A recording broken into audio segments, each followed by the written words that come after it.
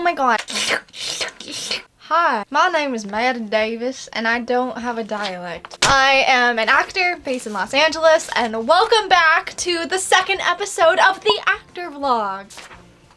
So right now, I am actually organizing my binder full of self-tape sides, because today's video is about self-tapes and how to make a self-tape. Why? As an actor, one of my goals for 2021 is to make 2 killer self-tapes, like drop dead, like amazing self-tapes. So yeah, let us set up a new self-tape studio. Let's go.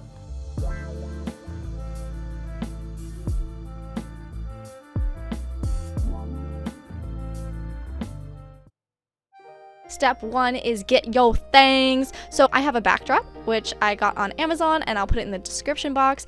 I changed out the blue I bought it with a black I bought separately because my red hair stood out too brightly against blue, but I definitely recommend blue for everyone. Then the softbox light, really great for dark lit houses. And then check out this ring light. It dims, it adjusts color temperature, yes. And then make sure you get a tripod that pans up and down for a full body slate. So this is the final setup with my equipment. Oh! Main important thing is the lighting. So I have a key light right to the side of the camera, and then I have a fill light, which is nicely the garage windows. That could be like a light box or one of those umbrella-like lights. And then I have a backlight, which I'm starting to play with now, which is like kind of separating me from my backdrop, so I'm not, you know. Some tips I have for communicating with your reader is 1, make sure they know the tempo, whether it's fast or slow. If it's a comedic scene, I definitely recommend picking up the pace. And then lastly, make sure you communicate with your reader whether or not you want feedback. It can really get in your way if you're not looking for feedback and it's given to you, or if you're wanting to tweak and collaborate with the person you trust and love working with, definitely let them know. Here's a monologue of me doing just that. Oh yeah, I don't want any notes. I feel really confident in what I'm doing. I just want to do 3 takes and be done. Yeah. Actually, can you give me some notes? I'm feeling really lost and... Okay. Yeah, I like that. Okay, yeah, ready. Okay. Make sure you place your reader either right next to the camera so you can communicate and work with them, or if you don't want to use your reader as your other, then put a little piece of tape on your tripod or camera. That seems to work best for me. Don't do what I'm doing of looking off to the side, maybe for a moment, but delivering like 2 lines or more that way just really does not work. So with framing, it seems all pretty intuitive, but you'd be surprised by how many times framing gets messed up in self-tapes. Make sure your camera is at eye level, not below, not above. You're not looking up, not looking down. And then you want to be center or just slightly off center to be looking across at your spot on the other side of camera, so there's a little visual tug. If it's a dramatic scene, definitely keep it a little space above your head and cutting off at chest level. If it's a comedic scene or an action-packed scene, give yourself some more play space, maybe from the bottom of the forearms to a little bit of space above your head. Hell yeah, hell yeah. Hi, I'm Madison Davis. Hi, I'm Madison Davis. I got my MOBA. Okay, so I want to talk about the artistic, emotional foundation in what it takes to make a good self-tape and how to integrate a self-tape into being the final product of a rehearsal. Yeah. I'm gonna start with a little story time. So about September of last year is when I moved down to LA, and I got a little connection to meet with a producer at Sony. Before all of that, I had a manager who, Elisa, you're great, who wanted me to make a comedic and a dramatic reel, basically 2 self-tape scenes that would stand in as a footage on my Actors Access so that she could submit me for things. And I was so excited. Like, I was meeting with this producer and I already had these 2 like fully fleshed out self-tapes I spent like a month diving into, making really good. I taped them, make them look nice. She hated them. This producer told me that I should take them off of my website and that no one else should see them. And that sucked. That really sucked. So I was so confused.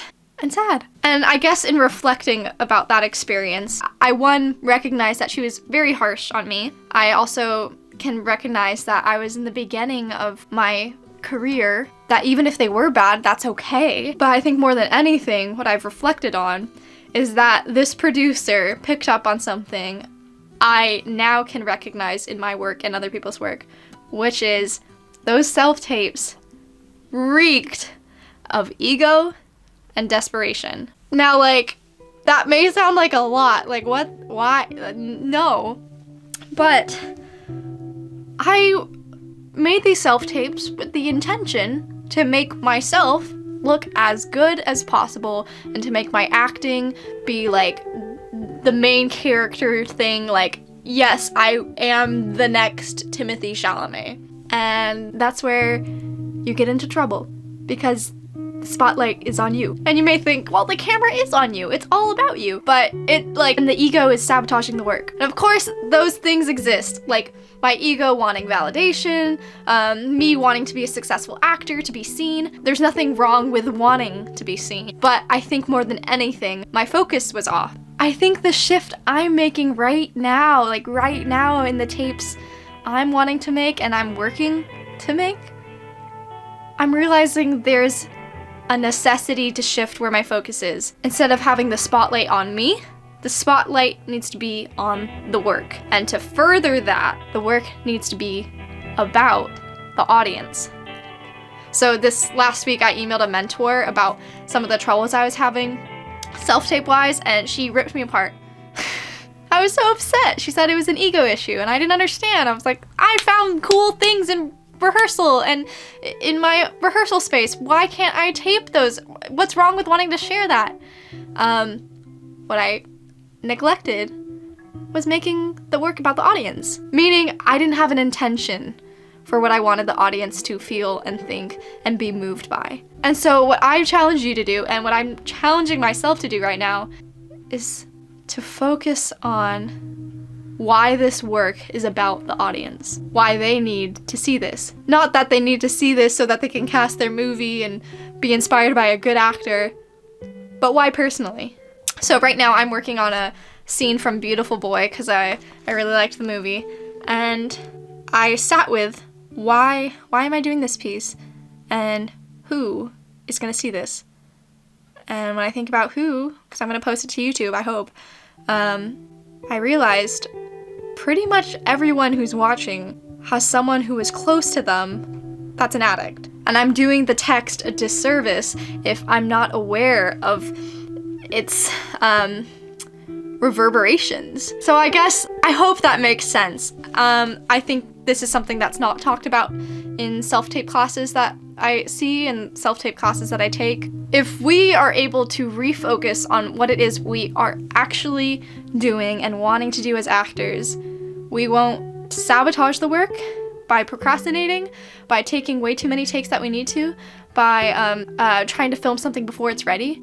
I think articulating what the goal is in the work helps make everything leading up to that goal fall into alignment, and the path becomes more clear. But also, this work is fun, and it feels so empowering to invest in building something bigger than ourselves. So, yeah. Yay! So that's it for today's video. I really enjoyed talking about and sharing my personal things, and I hope this helps make sharing your work easier and helps make the process leading up to sharing your work more fun, more grounded, and more focused. So yeah. Thank you guys again. I'll see you next time. Drink lots of boba. Thanks.